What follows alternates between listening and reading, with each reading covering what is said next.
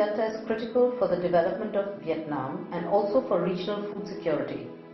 The Delta produces 50% of Vietnam's rice and 70% of its aquaculture products. The wetlands and estuaries of the Delta are important sources of biodiversity. The Delta is home to 22% of Vietnam's population, most of which live in coastal rural areas and are highly dependent upon rice or shrimp farming for their livelihoods. However, over the last decade or so, there have been a number of changes, both natural and man-made, which are placing significant development pressures on the Mekong Delta. These include land subsidence and sea level rise, increased flooding, and saline intrusion in coastal areas, which are impacting the livelihoods as well as domestic water supply. Upstream development, both hydropower and irrigation, are also affecting flow regimes, natural sedimentation patterns, and fish migration. Key development partners are working together to help the government, provincial authorities, and communities adapt to climate change. By coordinating and reinforcing each other's activities, we are able to bring our global knowledge and expertise, capitalize on our comparative advantages, and align our financing and technical advice. Australia, as all development partners, want to see a well-managed, sustainable, safe and secure Mekong Delta. Yet vulnerability is a real issue in the Mekong Delta, and already we're feeling the impacts of climate change. Just this year, the drought and saltwater intrusion had an immediate impact on agricultural production, as well as people's livelihoods and their ability to access clean water. These issues mean we need to take action, and we need to take action now. So making the right investment choices in the Mekong Delta matters. There's currently 1,000 foreign direct investment projects totaling over $12 billion US. We need to make sure the decisions are made that ensure they're sustainable, they're long-term, and they benefit all people. The Netherlands is very happy to be again a partner in the Mekong Delta Forum. We were happy as a Delta country like Vietnam is to help formulate this plan with our expertise. Why is this Mekong Delta plan so important? Well, I would say for 3 reasons. One, it's a long-term plan.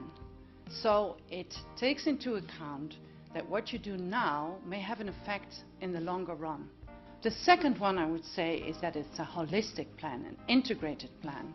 It deals with water, but it deals with many things more. For instance, agriculture. How important it is, what kind of agriculture you do for the sustainability, how it relates to water management. And the third reason I think the Mekong Delta plan is so important is because it has been able to rally all the different stakeholders on the international and national, provincial level together to accept this plan. This forum is important because it represents a new way of doing business. It represents a way that we can all work off a common knowledge platform to solve a very serious problem, which is coordination of development in the Mekong Delta.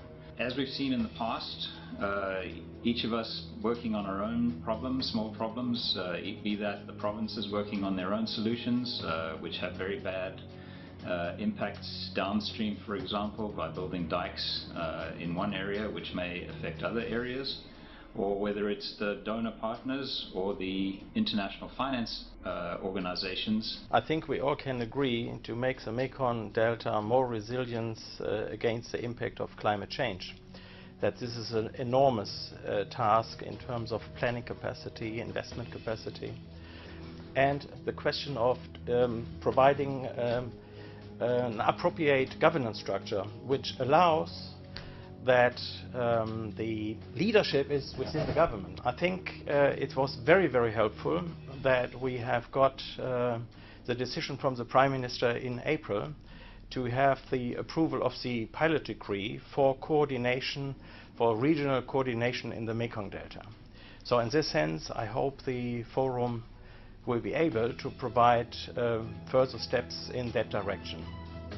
This forum represents a platform for representatives from the government at national and provincial levels, as well as research agencies, NGOs, academia, and private sector to interact, brainstorm, and work towards solutions. Ultimately, the vision of a strong, prosperous, and climate-resilient Mekong Delta will require this partnership and collaboration.